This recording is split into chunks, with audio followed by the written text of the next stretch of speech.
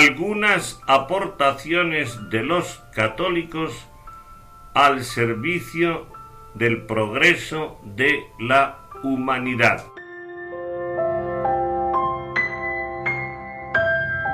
Introducción a la figura de Galileo, tercera parte, nociones fundamentales.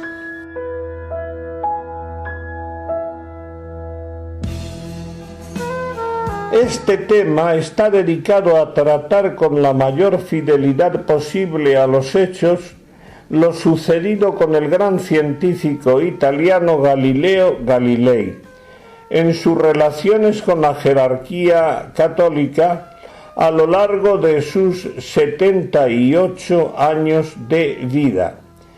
Y la razón de este trabajo radica en el hecho de que para muchas personas lo que sucedió con dicho astrónomo del siglo XVII es un argumento definitivo para demostrar que es un hecho innegable la oposición entre la fe y el progreso de la ciencia, que la ciencia solo puede crecer cuando se libera de la influencia religiosa. Todos los ejemplos históricos que hemos venido presentando son la prueba de lo contrario, que no hay oposición, que hay al contrario armonía entre la fe y el progreso científico.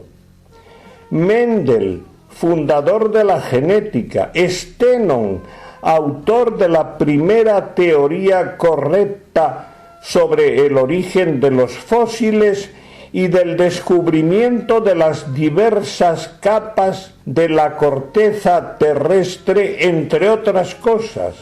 Tellier, descubridor de la fórmula necesaria para crear ambientes fríos y secos, y llamado por ello padre de la industria frigorífica, era el primero un religioso agustino, el segundo un obispo misionero que murió con fama de santidad, y el tercero un seglar ferviente católico. Y son sólo la punta del iceberg de la aportación de los católicos al progreso científico, como hemos querido demostrar en los vídeos anteriores y en los que Dios mediante vendrán.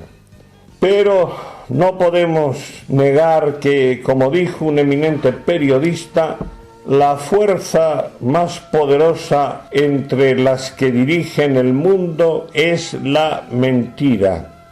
Y por eso, para muchas personas, el carácter de símbolo de la oposición entre la fe y la ciencia que representa lo sucedido con Galileo es una verdad indiscutible. A demostrar que todas esas personas que afirman esa oposición se equivocan de medio a medio, va dirigido este vídeo. Pero antes de entrar en materia, es preciso aclarar unas cuantas nociones indispensables para comprender lo que de verdad pasó hace ahora 4 siglos. Primera, hipótesis. También se suele hablar de hipótesis de trabajo y se puede definir como algo que la mente humana crea como una explicación posible ante algún hecho o fenómeno. Añadir que las hipótesis pueden ser pasajeras y lo que hoy es hipótesis, si no se encuentran pruebas que la demuestren, mañana será arrumbado en el olvido. Ejemplo, como nos recordaba el profesor Kerkut, zoólogo y fisiólogo de la Universidad de Cambridge, a propósito de la teoría de la evolución, es decir, la teoría que defiende que el hombre no ha sido creado como tal hombre, sino que proviene por evolución progresiva de especies inferiores. El profesor nos dice: un gran problema para las personas actualmente, principalmente los más jóvenes y también niños, es que se presenta la teoría de la evolución como una ley demostrada, cuando la teoría de la evolución no pasa de ser una simple hipótesis de trabajo, es decir, algo que la mente humana crea como una explicación posible ante algún hecho o fenómeno. Y añade el profesor, la evidencia y las pruebas que apoyan la teoría de la evolución no son lo suficientemente fuertes como para que la podamos considerar algo más que una hipótesis de trabajo, es decir, algo que la mente humana crea como una explicación posible ante la presencia de especies diversas en la Tierra. Otro ejemplo, con respecto a la terrible enfermedad llamada paludismo, se manejó durante mucho tiempo la hipótesis de que la producían los aires corruptos y por eso se llamaba malaria. Tampoco estaba demostrado que fuera así. Por eso cada uno podía pensar lo que quería, hasta que beneméritos investigadores descubrieron la verdadera causa de la enfermedad, que no era el aire infectado, sino un microbio que llevaba de una persona a otra la picadura de un mosquito llamado anófeles, y pasó a llamarse paludismo. Se acabó el tiempo de las hipótesis o suposiciones porque aparece la verdad científica demostrada, que no es provisional o pasajera como la hipótesis de trabajo, sino que es inmutable y que lo mismo vale hoy que hace 1000 años o que dentro de 1000 años.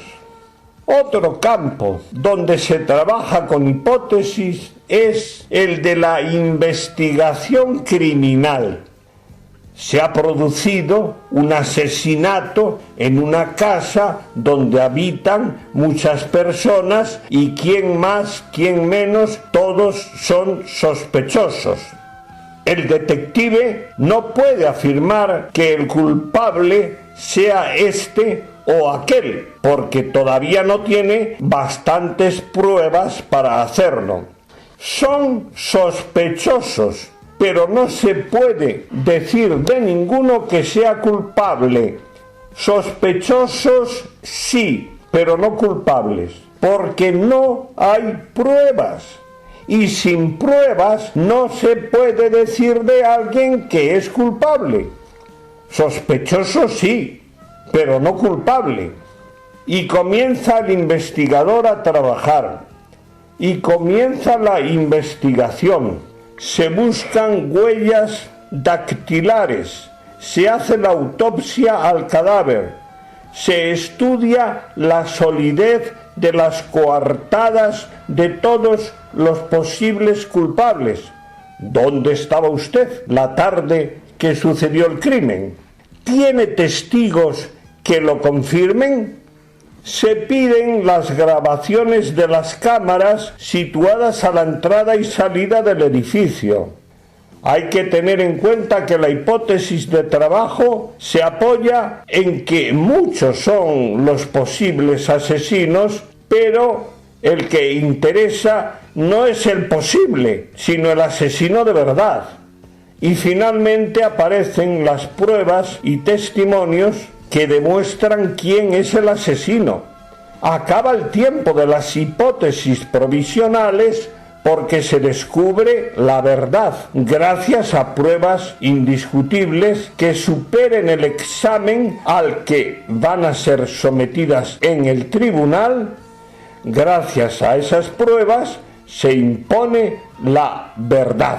Porque si un policía acusara a un sospechoso de ser el culpable sin pruebas sólidas, al llegar al juicio, el abogado defensor pondría verde al policía y el juez absolvería al acusado y el injustamente acusado podría pedir una indemnización.